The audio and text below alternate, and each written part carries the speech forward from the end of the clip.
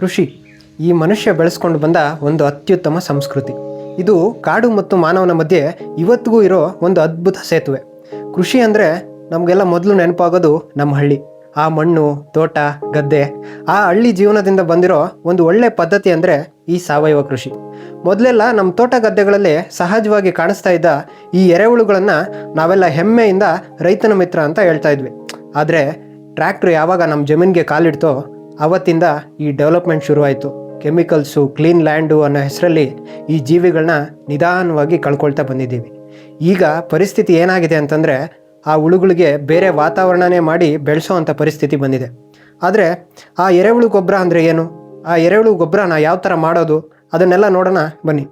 ಮೊದಲು ನಾವು ಬೆಡ್ ಮಾಡೋ ಜಾಗನ ಆಯ್ಕೆ ಮಾಡ್ಕೊಬೇಕು. ಅದು ಯಾವ ಥರ ಇರಬೇಕು ಅಂದರೆ ನೀರು ನಿಲ್ಲದೆ ಇರೋವಂಥ ಜಾಗ ಆಯ್ಕೆ ಮಾಡ್ಕೊಬೇಕು. ಅದಾದಮೇಲೆ ನಮ್ಮ ಸುತ್ತಮುತ್ತ ಏನೇನು ಸಿಗುತ್ತೆ ನೋಡಬೇಕು. ಆ ಕಳೆ ಗಿಡ ಆಗಿರ್ಬೋದು, ಒಣ ಎಲೆಗಳು, ಹಸಿರೆಲೆ ಗೊಬ್ಬರ ಆಗಿರ್ಬೋದು. ನಾವು ಇಲ್ಲಿ ಸಿಂಟೆಕ್ಸ್ನ ಯೂಸ್ ಮಾಡ್ತಾ ಇದ್ದೀವಿ, ನಮ್ಮ ಹತ್ರ ಸಿಕ್ಕಿರೋದು ಅದು. ಅದಕ್ಕೆ ಬಾಟಮ್ ಲೇಯರ್ಗೆ ನಾವು ತೆಂಗಿನ ಮಟ್ಟೆಗಳನ್ನ ಯೂಸ್ ಮಾಡ್ತಾ ಇದ್ದೀವಿ. ಏನಕ್ಕೆ ಅಂತಂದರೆ ಕಾಂಪೋಸ್ಟ್ ಎಲ್ಲ ಬಿಲ್ಡ್ ಆದಮೇಲೆ, ಅದು ಕಾಂಪ್ಯಾಕ್ಟ್ ಆದಮೇಲೆ ಹುಳುಗಳು ಓಡಾಡೋದಕ್ಕೆ ಫ್ರೀ ಸ್ಪೇಸ್ ಬೇಕಾಗುತ್ತೆ. ಹಂಗಾಗಿ ಅದನ್ನು ಯೂಸ್ ಮಾಡ್ತೀವಿ. ಅದಾದ ನಂತರ ಈ ತೆಂಗಿನ ನಾರು ಯೂಸ್ ಮಾಡ್ತಾ ಇದ್ದೀವಿ ಮೇಲ್ಗಡೆ ಒಂದು ಲೇಯರ್ಗೆ. ಅದಾದಮೇಲೆ ಕಡಲೆಕಾಯಿ ಸಿಪ್ಪೆ ಹಾಕ್ತಾ ಇದ್ದೀವಿ. ಮತ್ತು ಈ ನೈಟ್ರೋಜನ್ನ ಬ್ಯಾಲೆನ್ಸ್ ಮಾಡೋದಕ್ಕೆ ನಾವು ಹಸಿ ಹುಲ್ಲನ್ನು ಹಾಕ್ತಾ ಇದ್ದೀವಿ ಮೇಲ್ಗಡೆ. ಅದರಲ್ಲಿ ನಾವು ನೈಟ್ರೋಜನ್ ಬ್ಯಾಲೆನ್ಸ್ ಆಗುತ್ತೆ. ಮತ್ತು ನಮ್ಮ ಕಡೆ ಸಿಗೋದು ಯಥೇಚ್ಛವಾಗಿ ರಾಗಿ ಹುಬ್ಳು, ರಾಗಿಯಿಂದ ಬರ್ತಕ್ಕಂಥ ವೇಸ್ಟ್ ತುಂಬ ಸಿಗುತ್ತೆ. ಅದನ್ನು ಒಂದು ಲೇಯರ್ ಆಗಿ ಹಾಕ್ತಾ ಇದ್ದೀವಿ.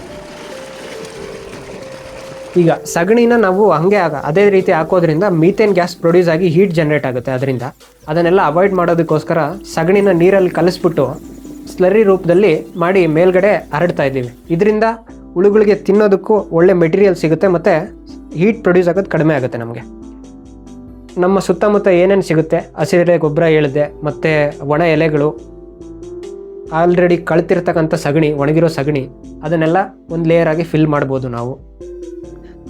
ಅದ್ರ ಮೇಲ್ಗಡೆ ಇನ್ನೊಂದು ಲೇಯರ್ ಆಗಿ ಸಗಣಿನ ಸ್ಲರಿ ಮಾಡಿಬಿಟ್ಟು ಎಲ್ಲ ಕಡೆ ಹರಡೋ ಥರ ಹಾಕಬೇಕು. ಎರೆಹುಳುಗಳು ಎಲ್ಲ ಕಡೆನೂ ಚೆನ್ನಾಗಿ ಮೂಮೆಂಟ್ ಆಗುತ್ತೆ, ಗೊಬ್ಬರ ಎಲ್ಲ ಕಡೆನೂ ಬೇಗ ಆಗುತ್ತೆ. ಮತ್ತು ಅದರ ಮೇಲ್ಗಡೆ ಇನ್ನೊಂದು ಲೇಯರು ನಾವು ಹಸಿರೆಲೆ ಗಿಡಗಳನ್ನು ಯೂಸ್ ಮಾಡ್ತಾ ಇದ್ದೀವಿ. ಈ ಹಸಿರೆಲೆ ಗಿಡದಲ್ಲಿ ನೀವು ನೋಡಿದಾಗೆ ನೈಟ್ರೋಜನ್ ಯಥೇಚ್ಛವಾಗಿರುತ್ತೆ. ಅದರ ಮೇಲ್ಗಡೆ ಮತ್ತೆ ಒಂದು ಲೇಯರು ಸ್ಲರಿ ಯೂಸ್ ಮಾಡ್ತಾ ಇದ್ದೀವಿ, ಸಗಣಿಯಿಂದ ಮಾಡಿರೋದು. ಈಗ ನಮ್ಮ ಕಾಂಪೋಸ್ಟ್ ಮಾಡಬೇಕು ಅಂತಂದರೆ ನಮಗೆ 30:1 ರೇಷಿಯೋದಲ್ಲಿ ಕಾರ್ಬನ್ ನೈಟ್ರೋಜನ್ ರೇಷಿಯೋನ ಬ್ಯಾಲೆನ್ಸ್ ಮಾಡಬೇಕಾಗಿರುತ್ತೆ ನಾವು. ಈಗ ಮಾಡೋದ್ರಿಂದ ಕಾಂಪೋಸ್ಟ್ ಫೈನ್ ಆಗಿ ಬರುತ್ತೆ ನಮಗೆ. ಕಾಂಪೋಸ್ಟ್ಗೆ ಮೇಯ್ನಾಗಿ ನಾವು ಮಾಯಿಶ್ಚರ್ ಮೇಂಟೈನ್ ಮಾಡಬೇಕು. ಈ ಮಾಯಿಶ್ಚರ್ ಮೇಂಟೈನ್ ಮಾಡೋದಕ್ಕೆ ನಾವು ಮೇಲ್ಗಡೆ ಒಂದು ಗನ್ನಿ ಬ್ಯಾಗ್ ಯೂಸ್ ಮಾಡ್ತಾ ಇದ್ದೀವಿ. ಮಾಯಿಶ್ಚರ್ ಹಾಗೆ ಉಳ್ಕೊಳ್ಳುತ್ತೆ. ನೀರೆಲ್ಲ ಹೊರಗೆ ಹೋಗೋದಕ್ಕೆ ಚಿಕ್ಕದಾಗಿ ಕೆಳಗಡೆ ಒಂದು ಹೋಲ್ ಮಾಡಬೇಕು.